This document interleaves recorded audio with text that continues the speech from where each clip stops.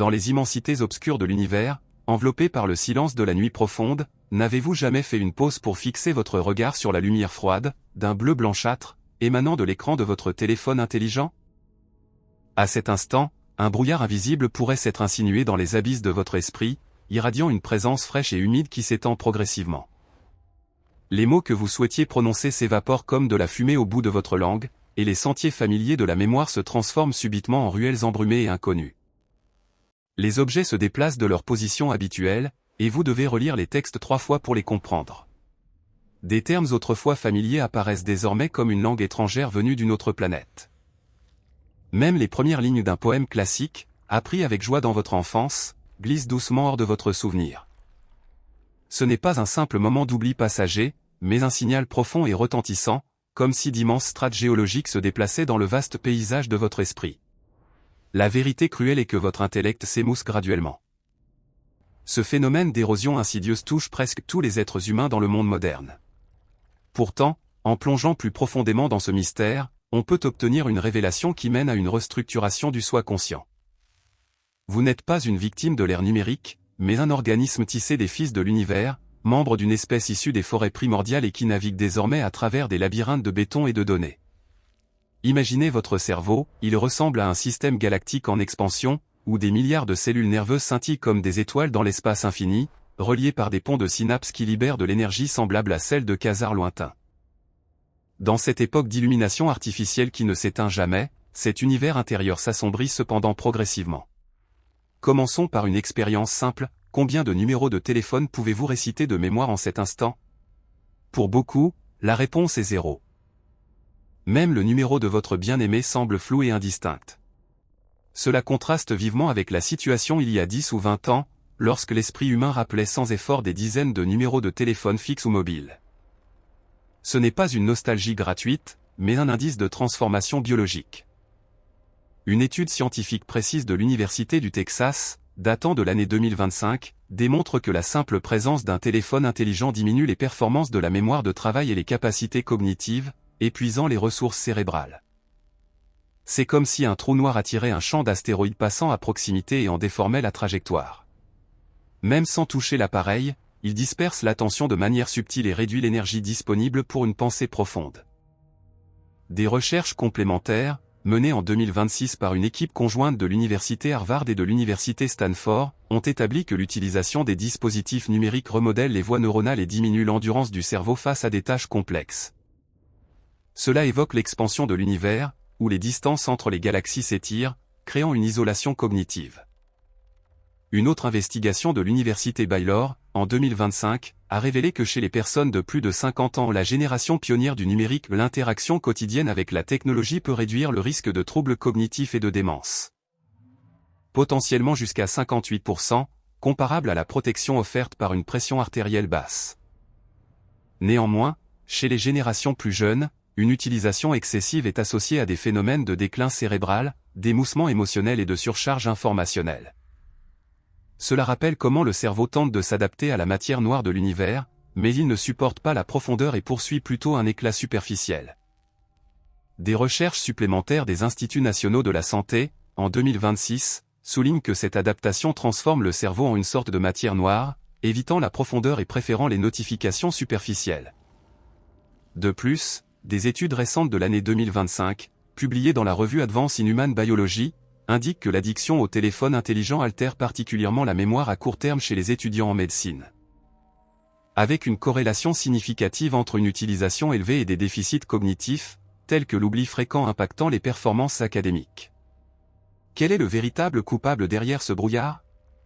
Le rectangle luminescent dans votre main est un piège astucieusement conçu, ciblant le système de récompense cérébrale, le dopamine, et le chassant avec avidité. Sa capacité à détruire la concentration est comparable à un trou noir qui engloutit la lumière. Chaque glissement sur de courtes vidéos déclenche une vague explosive de plaisir immédiat, les tonalités de notification éveillent des attentes, et les mentions « j'aime » affluent comme des ondes de reconnaissance sociale. Ce mécanisme provient des gènes de nos ancêtres et était initialement destiné à la survie. La joie de trouver de la nourriture, la satisfaction d'atteindre des objectifs les aidait à persister dans des savanes hostiles ou des paysages glaciaires. Aujourd'hui, cependant, les esprits les plus brillants du monde ont conçu des plateformes qui détournent ce mécanisme biologique ancestral. Des études de l'école de médecine de Stanford et de l'université Dartmouth, en 2025, montrent que les médias sociaux inondent les voies de transmission du dopamine, imitant une dépendance aux stimulants et créant un cycle qui, après un bref euphorie, exige un défilement interminable.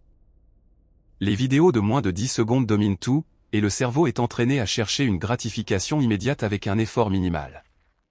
Les contenus plus longs, comme des conférences philosophiques, perdent leur attrait, et la patience s'effrite.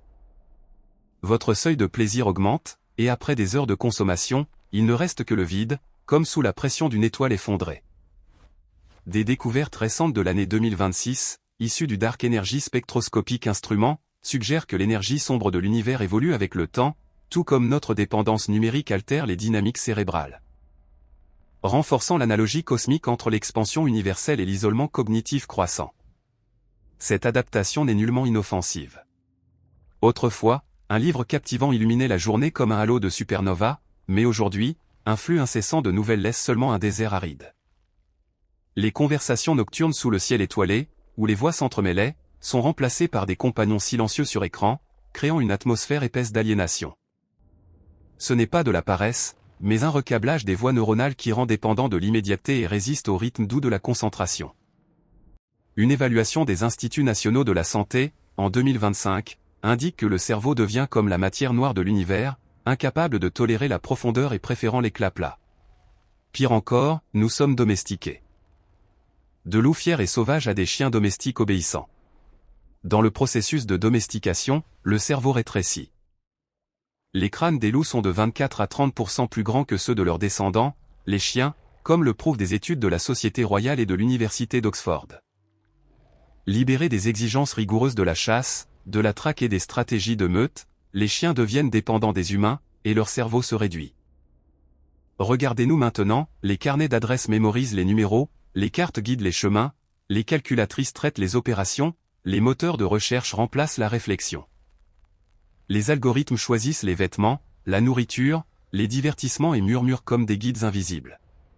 Les efforts intellectuels pour naviguer avec les étoiles ou calculer mentalement sous pression s'estompent. L'humanité a forgé son immense cerveau au fil de dizaines de milliers d'années, élargissant les nébuleuses neuronales et luttant contre les adversités évolutionnaires, seulement pour capituler en quelques décennies et devenir des animaux domestiques dans l'écosystème technologique. Nous n'utilisons pas les outils nous utilisent. Des recherches de l'année 2026 sur les anomalies évolutionnaires humaines, publiées dans des revues comme Frontiers in Astronomy and Space Science, renforcent cette idée en suggérant que notre dépendance croissante aux technologies pourrait être une forme de régression, similaire à la domestication observée chez d'autres espèces. Examinez de plus près le design de cette captivité. Le défilement infini imite le mécanisme des machines à sous, les notifications sonnent avec une urgence calculée et éveillent la peur comme le bruissement d'un prédateur dans les buissons. Les géants de la technologie, ces architectes géniaux, comprennent cela parfaitement. Le prophète d'Apple, Steve Jobs, a admis dans une entrevue avec le New York Times qu'il limitait strictement l'utilisation des iPads pour ses enfants. Bill Gates a retardé l'introduction des téléphones intelligents pour ses enfants jusqu'à l'âge de 14 ans, et les dirigeants de la Silicon Valley envoient leurs enfants dans des écoles sans technologie. Ils protègent leur progéniture du filet qu'ils ont eux-mêmes tissé, tandis que des milliards d'humains y tombent quotidiennement. Dans cet empire Internet, un proverbe profond résonne, si c'est gratuit, vous êtes le produit. Les applications récoltent l'attention, la vendent aux annonceurs et mettent aux enchères votre regard. Chaque seconde d'attention devient une unité monétaire, la concentration une ressource extraite dans des mines numériques. Nous sommes des réfugiés de l'ère de l'information, non des bénéficiaires. Dans une tempête de données, nous cherchons un abri contre la surcharge. L'accessibilité semble infinie, le savoir est au bout des doigts, le monde s'ouvre depuis le lit. Les humains antiques parcouraient des kilomètres pour des rouleaux, nous invoquons des bibliothèques d'un tapotement. Mais qu'en est-il de l'assimilation ? Pensez aux vidéos ou articles vus le mois dernier. Pouvez-vous nommer 3 insights significatifs ? Probablement pas. C'est une gloutonnerie mentale. Les contenus comme de la restauration rapide remplissent l'esprit mais n'offrent pas de nutriments. Selon l'école de médecine de Harvard, la dominance des écrans fragmente le sommeil, disperse l'attention et érode les cycles de mouvements oculaires rapides, cruciaux pour le renforcement de la mémoire. cette suralimentation émousse le goût pour l'essentiel. Les articles de plus de 500 caractères semblent redondants, les vidéos plus longues que 3 minutes poussent les doigts à avancer rapidement. Les livres? Des reliques qui induisent la fatigue après quelques pages. Le goût détruit par les stimuli rejette les arômes fins de la profondeur, comme un gourmet devenu dépendant des sucreries et incapable d'apprécier l'élégance d'une soupe simple. Des études de 2026 sur le paradoxe de Fermi, explorant pourquoi nous n'avons pas détecté de civilisations extraterrestres malgré l'immensité de l'univers, suggèrent que des sociétés avancées pourraient avoir succombé à des surcharges similaires. Renforçant l'idée que notre ère numérique pourrait être un filtre cosmique limitant l'évolution. Pourquoi nos ancêtres pouvaient-ils créer de grandes épopées? Les poèmes enivrés de Libet, le rêve de la chambre rouge de Cao Xuqin, les annales historiques de Sima Qian sont nés dans des époques rares sans distraction. Ils embrassaient l'ennui et cultivaient dans leur vide fertile les germes de la créativité. Dans le silence, l'esprit errait, reliant des étoiles éparses en constellations de génie. Aujourd'hui, chaque interstice est comblé. En attendant l'ascenseur, on défile, en se déplaçant, on regarde des vidéos, avant de dormir, on contemple l'écran luminescent jusqu'à ce que le sommeil arrive. Votre cerveau était autrefois une vaste prairie, maintenant envahi par les mauvaises herbes, où les fleurs primordiales ne peuvent éclore. Vous êtes efficace, mais affamé d'introspection. À un niveau plus profond, il y a une perte incommensurable, la solitude avec soi-même. Quand avez-vous pour la dernière fois été assis sans appareil, sans bruit, seulement avec le rythme de votre respiration, qui résonne comme un vent cosmique? Beaucoup ressentent de l'agitation, l'angoisse monte comme une marée. Le silence invite à réfléchir sur le flux de la vie, les douleurs évitées, les soucis latents. Les écrans offrent une fuite, mais les problèmes guettent comme des galaxies et explosent un jour. Les vrais maîtres ont toujours cultivé des périodes d'isolement, laissant les pensées sédimenter comme dans des océans primordiaux. Les âmes modernes l'évitent. Elles craignent le miroir qui illumine l'espace intérieur. Aujourd'hui, ce qui est rare n'est pas les données, mais la concentration, non les événements, mais la sagesse, non le bruit, mais la solitude. Votre écran peut devenir un outil d'illumination ou une prison. Choisissez la maîtrise. Sinon, votre propre histoire glissera de vos mains en quelques années. Des découvertes cosmiques de 2026, comme celle du Dark Energy Survey, révélant que l'énergie sombre évolue et que l'expansion de l'univers n'est pas uniforme, ajoutent une couche de mystère, suggérant que notre isolement numérique reflète peut-être une solitude cosmique plus vaste. Pourtant, dans cette lutte contre l'obscurité numérique, un mystère plus grand fait signe. Appartenons-nous vraiment à ce monde, ou ne sommes-nous que des échos lointains? Votre cerveau, ce prodige céleste, a expansé de 500 ml chez l'Australopithecus il y a 3 millions d'années à 1300 ml chez l'humain moderne. Ce bond de croissance renversant aucune autre espèce n'a payé un tel prix. Les baleines ont plus de cellules nerveuses, mais elles s'appuient sur la force musculaire. C'est le prélude à une symphonie majestueuse de chlorophylle et de sang. La nostalgie de l'espèce commence, une soif pour des sources inexplorées.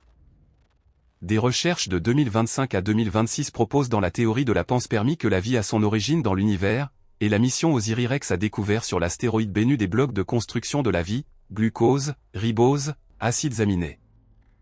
Base nucléique et phosphate, un kit complet pour l'acide ribonucléique. Cela soutient l'hypothèse que l'humanité pourrait être des visiteurs du cosmos. Des études étendues de 2026 montrent que ces molécules organiques se forment dans des environnements cosmiques et arrivent sur Terre via des météorites, indiquant que les semences de vie sont omniprésentes dans l'univers.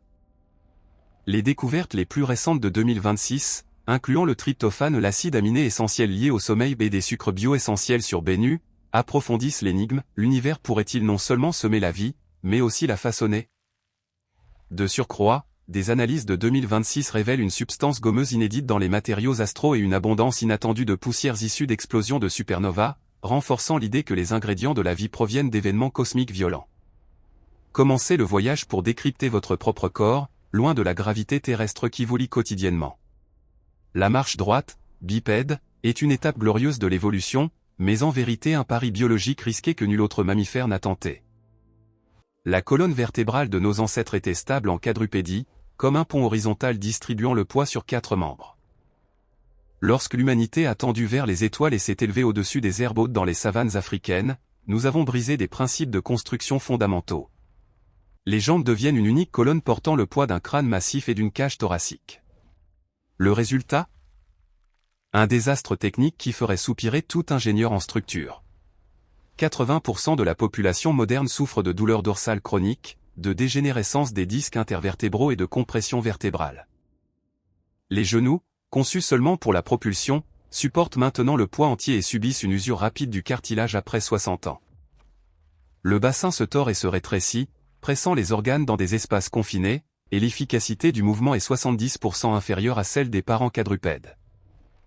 Nous avons échangé un champ de vision large contre de la vitesse, la dextérité des mains contre la stabilité, mais le prix est une résistance éternelle à la gravité de cette planète, comme si notre vrai foyer avait une gravité plus faible.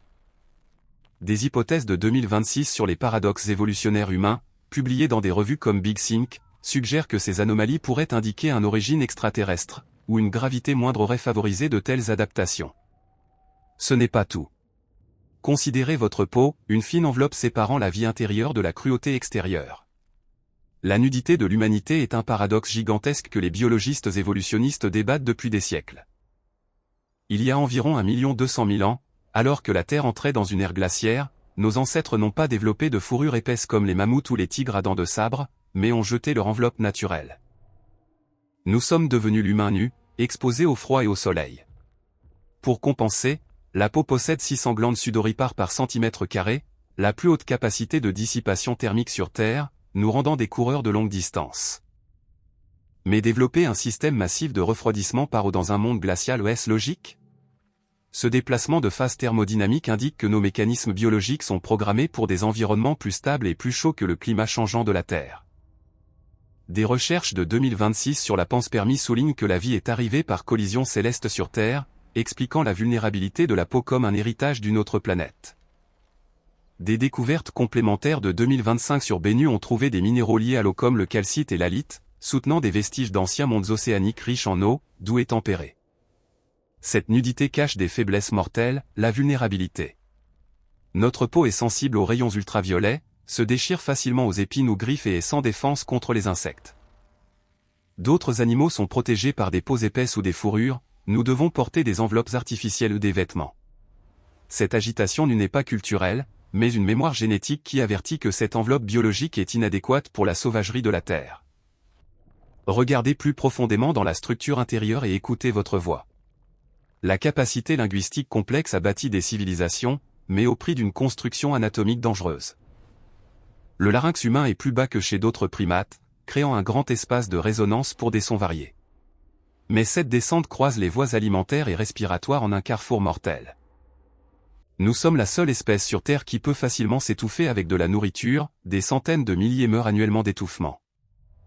L'architecte parfait de la nature n'aurait pas intégré un tel risque dans le système d'apport énergétique, cela indique que les chances de survie individuelle n'étaient pas prioritaires, mais la transmission complexe d'informations comme chez une race cosmique pour des messages. De plus, l'émergence de la grammaire et de la pensée abstraite dans le cerveau n'était pas graduelle, mais une explosion cognitive. Aucun système de communication animale ne fait le pont vers nous. Nous sommes des êtres solitaires qui comprennent l'univers par le langage, comme si un logiciel avancé avait été installé à la hâte dans un hardware biologique incompatible. Regardez votre nez, dans le monde animal, il est plat ou protégé dans le crâne, mais chez l'humain, il saillit de manière provocante, doux et vascularisé, extrêmement vulnérable. Dans les sites antiques, 60% des fractures faciales concernent le nez. Il est une cible facile dans les combats, se brise aisément, saigne abondamment et réagit sensiblement au temps. Pourquoi l'évolution a-t-elle conservé ce trait désavantageux dans l'arène sanglante de la survie? Peut-être un reliquat d'un environnement sans menace où la fonction cédait à l'esthétique. En outre, notre force musculaire pose de grandes questions. Sans usage, elle rétrécit rapidement, les astronautes perdent 20% de masse musculaire en un mois en apesanteur, tandis que les ours maintiennent la leur pendant des mois en hibernation hivernale. Comparé à nos parents primates, nous sommes plus faibles, un chimpanzé adulte a, malgré une stature similaire, 4 à 5 fois la force d'un homme sain. Des études sur les mitochondries montrent que la conversion énergétique dans les cellules musculaires humaines est 30% inférieure à celle des singes. Pourtant, cette faiblesse s'accompagne de réparation cellulaire et de longévité.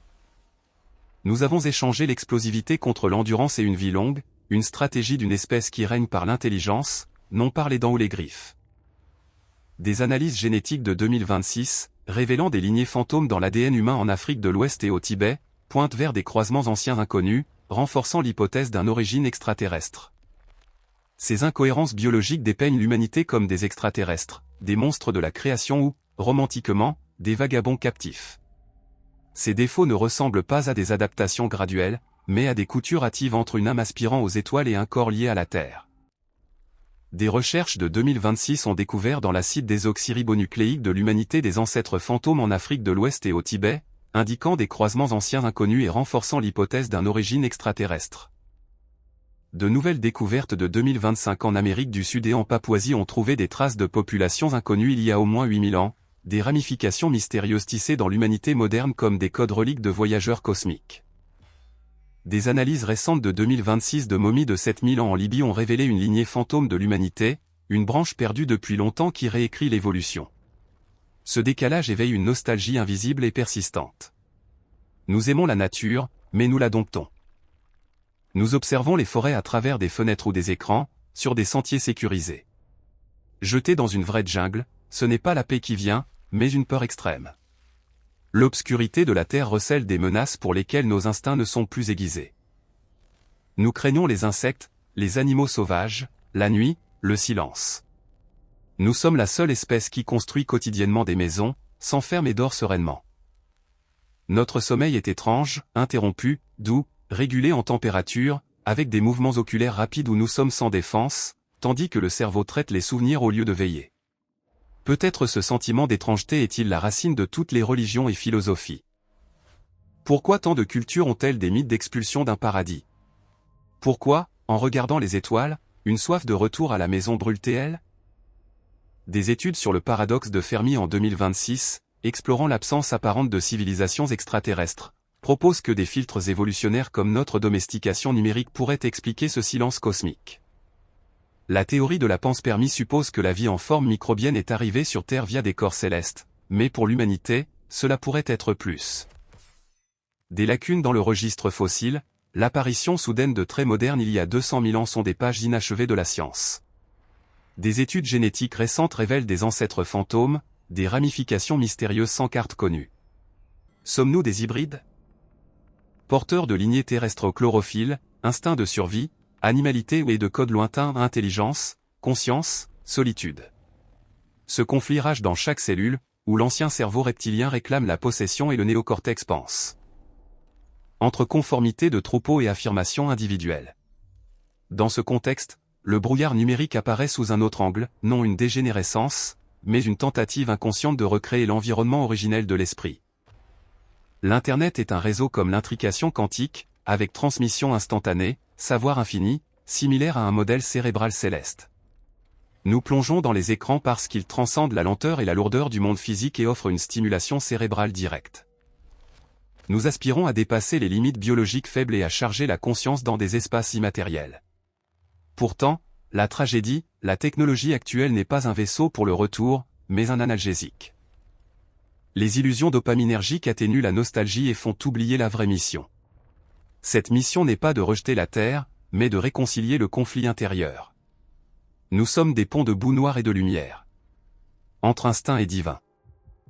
Si vous ressentez la solitude dans une foule ou si une vieille mélodie provoque des larmes sans raison, rappelez-vous, c'est l'écho de votre code génétique. Vous n'êtes pas un défaut, seulement un système d'exploitation non parfaitement compatible avec le hardware actuel. Dans cette imperfection réside le plus grand potentiel, transcender les limites de la nature et créer son propre destin.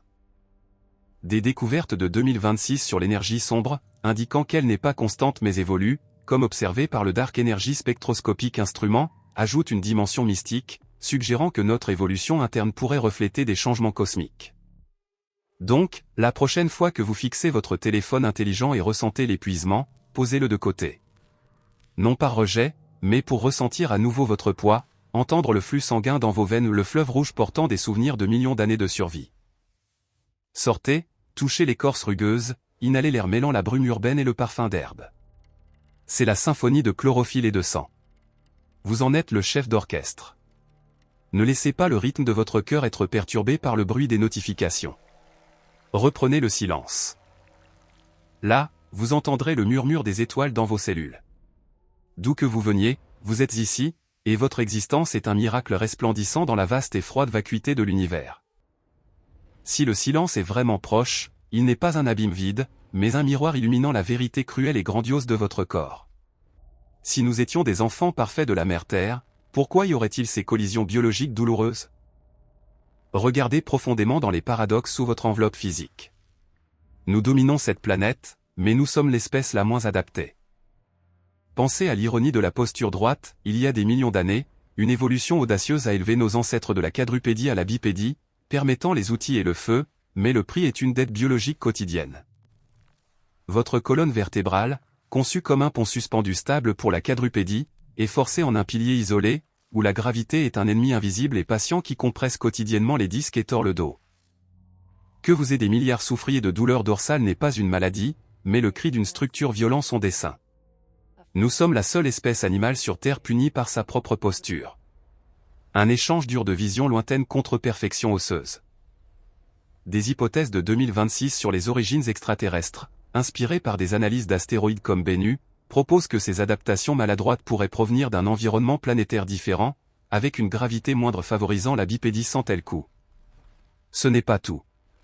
Regardez notre mode de naissance, dans la nature, un poulain se lève minutes après la naissance et fuit les prédateurs. L'humanité? Née inachevée et vulnérable, totalement dépendante. L'immense cerveau, le consommateur d'énergie le plus vorace dans l'univers biologique, force le crâne fœtal à pousser le bassin maternel à sa limite, si bien que les bébés voient le jour plus tôt que d'autres mammifères. Nerfs et muscles inachevés, jetés dans le monde, ce manque précoce forge la société, les liens, l'amour où nous nous protégeons mutuellement. Et sentez la peau sous le soleil. Pourquoi si nus dans un monde d'épines et de radiation? Sans fourrure épaisse pour la chaleur, sans griffes pour chasser, sans dents pour se défendre. Nous sommes comme des escargots dénudés, tremblants dans les âges glaciaires, brûlant dans les tropiques. Cette nudité nous force à emprunter les peaux d'autres espèces pour des vêtements, à construire des cavernes artificielles de béton et d'acier, à éviter les environnements naturels. Inconsciemment, nous sentons que la Terre est trop dure, trop froid-chaud, comme si notre design ne correspondait pas aux spécifications techniques de cette planète. Des études biocosmiques de 2026 osent supposer que ce sentiment d'étrangeté n'est pas un hasard. Notre horloge biologique, isolée de la lumière naturelle, ne tic-tac pas en 24 heures, mais en 25. Pourquoi le corps aspire-t-il à des jours plus longs? Peut-être une mémoire génétique du cycle de rotation d'une planète lointaine. Des jours plus étendus, une gravité plus faible, une lumière plus douce. La nostalgie pourrait ne pas signifier des forêts terrestres primordiales, mais un vrai foyer cosmique, un lieu sans douleur, sans brûlure, avec du temps en abondance. Des découvertes sur Bennu en 2026, révélant des minéraux hydratés et des composés organiques formés dans des environnements cosmiques doux, soutiennent cette idée d'une origine planétaire plus clément. Nous sommes comme des astronautes échoués sur une planète étrange, remodelant leur environnement avec des corps vulnérables. Allumer le feu pour la chaleur, filtrer l'eau pour boire, cuire la nourriture pour aider des estomacs faibles. Chaque action de la civilisation humaine est au fond une tentative désespérée de rendre la Terre plus familière. Pourtant, la plus grande tragédie ne réside pas dans la chair, mais dans la collision de chlorophylle et de sang. La chlorophylle est statique, absorbant l'énergie pure de la lumière en harmonie, parfaitement synchronisée avec les cycles cosmiques. Les plantes ne connaissent pas la peur, elles existent simplement. Le sang est dynamique, porte-parole de la chasse, du désir, de la crainte. Notre sang rouge porte des souvenirs de fuite, de faim, de survie cruelle. Avec le développement de l'intelligence, nous nous sommes éloignés de ce cycle simple. Nous sommes la première espèce à demander « Pourquoi ?» Cette question nous a expulsés de l'Éden. L'angoisse existentielle dans les nuits sans sommeil, le vide au milieu de la richesse matérielle, le prix de la conscience. Nous sommes la partie éveillée de l'univers, mais l'éveil apporte une solitude extrême. Nous ne pouvons plus parler instinctivement avec les arbres ou les animaux. Nous construisons des villes luminescentes, bannissons l'obscurité, mais occultons les anciens étoiles guides. Nous créons des réseaux globaux, mais perdons la connexion par les battements de cœur face à face. Ainsi, la symphonie de chlorophylle et de sang est pleine de paradoxes. L'une appelle à une dissolution lente dans la terre-mère, l'autre crie vers l'avant, la conquête, la transcendance, l'exploration. Cette tension entre les forces est la source de toute douleur et de toute grandeur de l'humanité. Nous souffrons parce que nous n'appartenons pas pleinement ici, mais c'est précisément pour cela que nous rénovons des mondes. Des recherches cosmiques de 2026 sur la matière noire et l'énergie sombre, indiquant que l'espace pourrait être un fluide visqueux expliquant les anomalies d'expansion, ajoutent une profondeur mystique à cette symphonie, suggérant que nos conflits internes reflètent des dynamiques universelles. Regardez dans les yeux d'un nouveau-né, le regard sur le monde pour la première fois, confus, avec une légère peur, abritant des profondeurs de galaxies. Pas un regard vide, mais une âme ancienne jetée dans une réalité étrangère. Nous passons la vie à combler cette étrangeté avec amour, art, science, addiction numérique. Pourtant, les téléphones intelligents et les médias sociaux sont des antidouleurs temporaires pour cette perte racinaire. Ils ne guérissent pas la blessure de la séparation des sources cosmiques. Quelle est l'issue de cette symphonie chaotique? Non pas rejeter la civilisation et retourner dans des cavernes, ce serait un recul impossible dans le voyage évolutionnaire. L'issue est l'acceptation de l'intégration. Reconnaître nous comme des êtres mixtes, moitié animal, moitié Dieu, moitié terre, moitié étoile.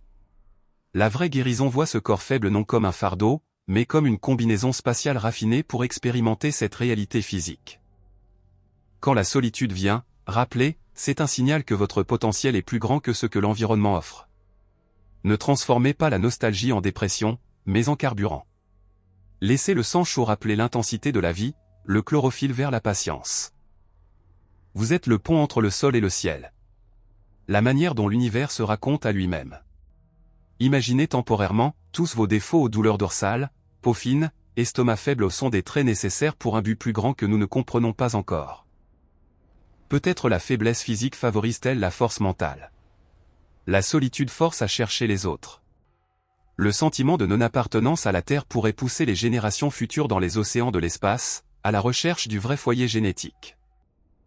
Jusqu'à ce jour, votre mission est de ne pas nier la réalité, mais de vivre au plus profond dans ce contradictoire. Devenez une note courageuse dans la symphonie majestueuse. N'oubliez pas la mélodie originelle dans le bruit du temps. Écoutez votre sang couler, non un simple processus biologique, mais le rugissement d'un océan de souvenirs. Regardez l'arbre devant votre maison, non une simple plante, mais un frère qui respire patiemment la planète, tandis que nous chassons des fantômes. À la fin, la rédemption ne réside pas dans la découverte de la réponse à « Qui suis-je ?», mais dans le fait de vivre courageusement dans cette question. Nous sommes des vagabonds avec la tristesse des étoiles et la vitalité de l'herbe. Dans cette union étrangement douloureuse et belle, l'humanité est le chef-d'œuvre de la création. À travers ce texte, qui explore les profondeurs de la conscience humaine et le voyage des origines biologiques, je souhaite exprimer une profonde gratitude et un respect envers les scientifiques, les équipes de recherche et les grands penseurs. Leur engagement infatigable et leur dévouement servent de phare illuminant la compréhension de soi de l'humanité. D'abord, merci aux biologistes évolutionnistes et anthropologues qui ont formulé l'hypothèse du dilemme obstétrical, leurs insights aident à comprendre le prix de l'intelligence. Aux chercheurs des rythmes biologiques et des instituts du sommeil, merci pour les bases qui révèlent la discordance entre le corps humain et les cycles terrestres. Merci aux auteurs courageux et théoriciens comme Elise Silver, qui posent des questions controversées sur l'origine biologique de l'humanité et brisent les cadres traditionnels pour ouvrir de nouveaux chemins de pensée. Particulièrement, un remerciement silencieux à la communauté des neuroscientifiques, ils décryptent quotidiennement les signaux du cerveau et clarifient les mécanismes de la douleur, de la peur et de la conscience. Votre travail passionné et précis guide l'humanité sur un chemin rocailleux mais glorieux de la conscience de soi. Votre savoir n'est pas un amas de données, mais un héritage inestimable pour les générations futures. De plus, un profond respect à Michael Skrin de l'Université Baylor et à Jared Benz de l'Université du Texas pour leur leadership dans les investigations sur l'influence de la technologie sur les fonctions cognitives en 2025 et 2026. Leurs méta-analyses ont clarifié l'effet protecteur de l'utilisation numérique sur la santé cognitive des personnes âgées. Merci aux scientifiques qui ont actualisé la théorie de la panspermie, particulièrement à l'équipe d'Osiris-Rex, ils ont prouvé la possibilité d'origine cosmique des blocs de construction de la vie. Respect à Robert Andress du Imperial College et à ses collègues pour l'exploration des anomalies dans l'évolution humaine et les théories sur les origines extraterrestres. Leur travail de 2025 a proposé que la Terre pourrait avoir été terraformée par des civilisations extraterrestres. Merci aux découvreurs d'ancêtres fantômes dans la cible désoxyribonucléique, particulièrement à Fu Xiaomei et son équipe, qui ont révélé une lignée tibétaine fantôme à partir d'os de 7100 ans dans le Yunnan, en Chine. Leurs trouvailles approfondissent le mystère des origines humaines. Enfin, Merci aux philosophes et physiciens qui explorent les métaphores cosmiques à travers le Big Bang, la matière noire, les multivers et illuminent la conscience pour révéler les connexions entre l'univers et l'humanité. Vos contributions silencieuses forment la base du savoir humain et le dédient à la société.